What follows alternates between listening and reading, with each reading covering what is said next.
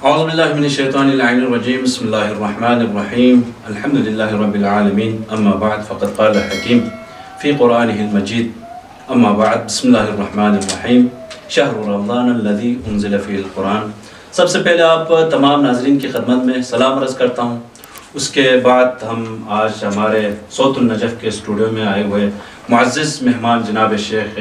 غلام محمد عابدی صاحب کی خدمت میں اہلاً و سہلاً عرض کرتے ہیں کہ انہوں نے اپنے مخصوص وقت میں سے وقت نکال کر آپ نے ہمیں اپنی بہترین اوقات میں سے وقت دے دی، اس کے لیے بہت ہی شکریہ ادا کرتا ہوں۔ اور شیخ صاحب ماشاءاللہ سے قرآن میں اس وقت نجف اشرف کی سرزمین پر آپ قرآن کے حوالے سے کام کرنے میں مصروف ہے، تو ہم نے سوچا کہ ان سے کچھ استفادہ ہم خود بھی کریں اور آپ تمام ناظرین کے لیے بھی کچھ استفادہ دے دیں ان کی طرف سے۔ تو میں شیخ صاحب کے لیے ایک سوال کرتا ہوں قرآن کے حوالے سے، قرآن کریم کے اسماء کے بارے میں آپ تھوڑا سا ہمارے ناظرین کے لیے روشنی ڈالیں، بہت بہت شکریہ۔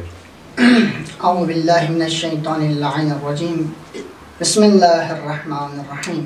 الحمدللہ رب العالمین والصلاة والسلام علی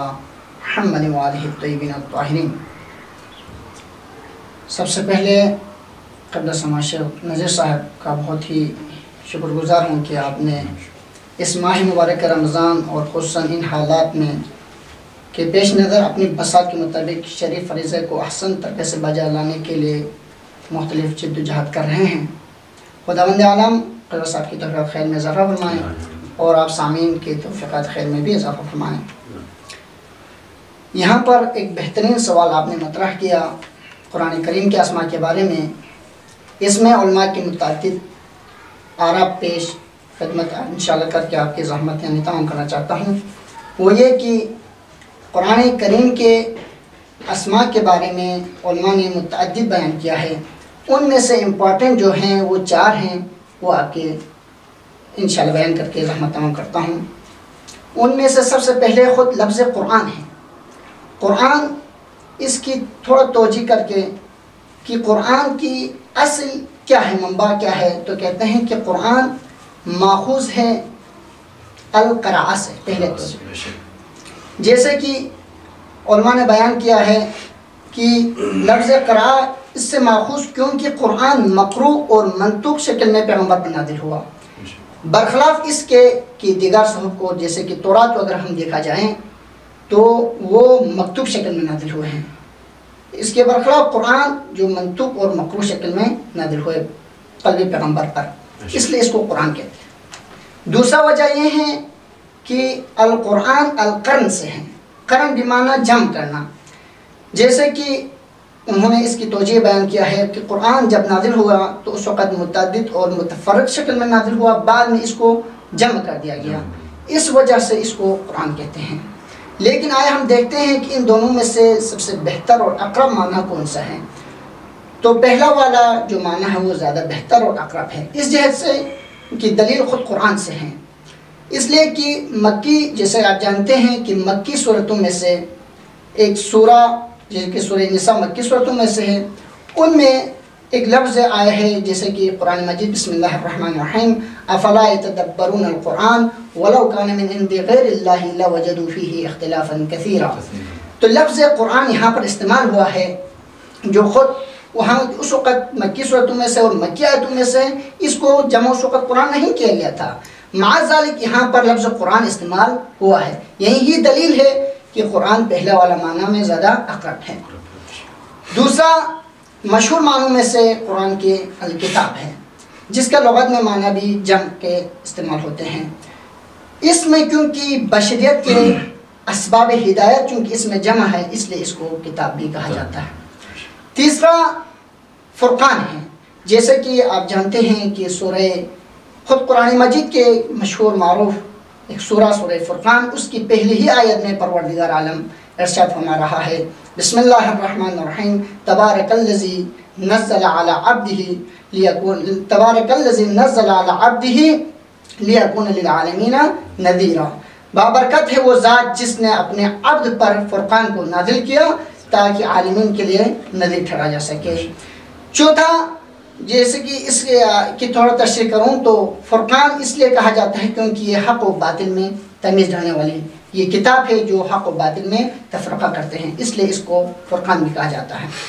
چوتھا اور آخری مشہور ناموں میں سے ایک مصحف ہے، جیسے کہ صفحہ مختلف صفحوں میں اس کو لکھا گیا تھا، بعد میں اس کو 2 جلدوں پر ان کو جمع کر دیا گیا، اس لیے اس کو مصحف بھی کہا جاتا ہے۔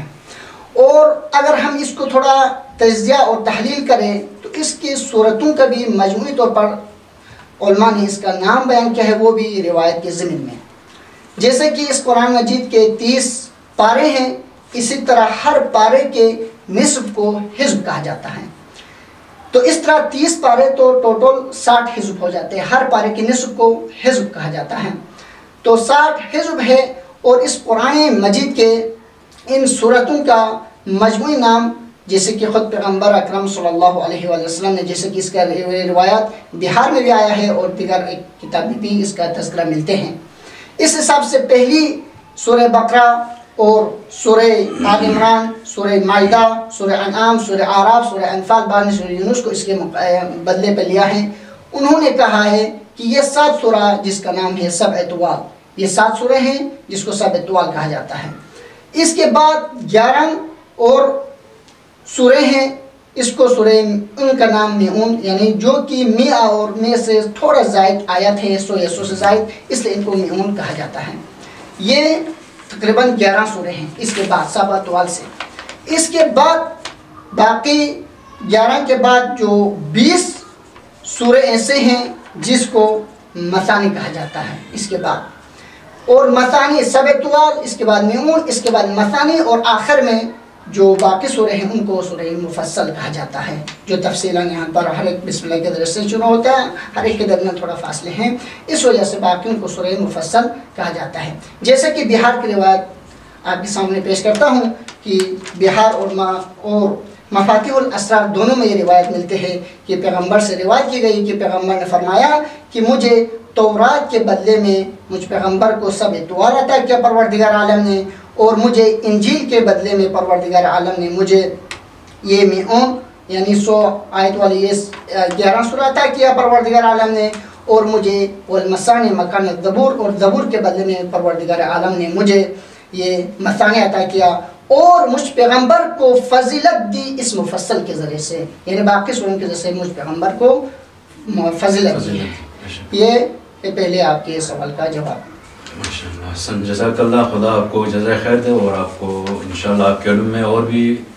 آپ کو ترقی عنایت فرمائے۔ تو معزز ناظرین، آپ کے خدمت میں اسماء قرآن کے بارے میں مفصل آپ کے خدمت میں بیان کیا شیخ صاحب نے۔ اسماء قرآن کتنے؟ تقریباً 3-4 ناموں سے قرآن کو پکارا جب قرآن، الکتاب، فرقان، اس طرح۔ تو ماشاءاللہ آپ کی علم میں اور بھی اللہ جو ہے نا توفیق خیر میں اور بھی اضافہ عنایت فرمائے۔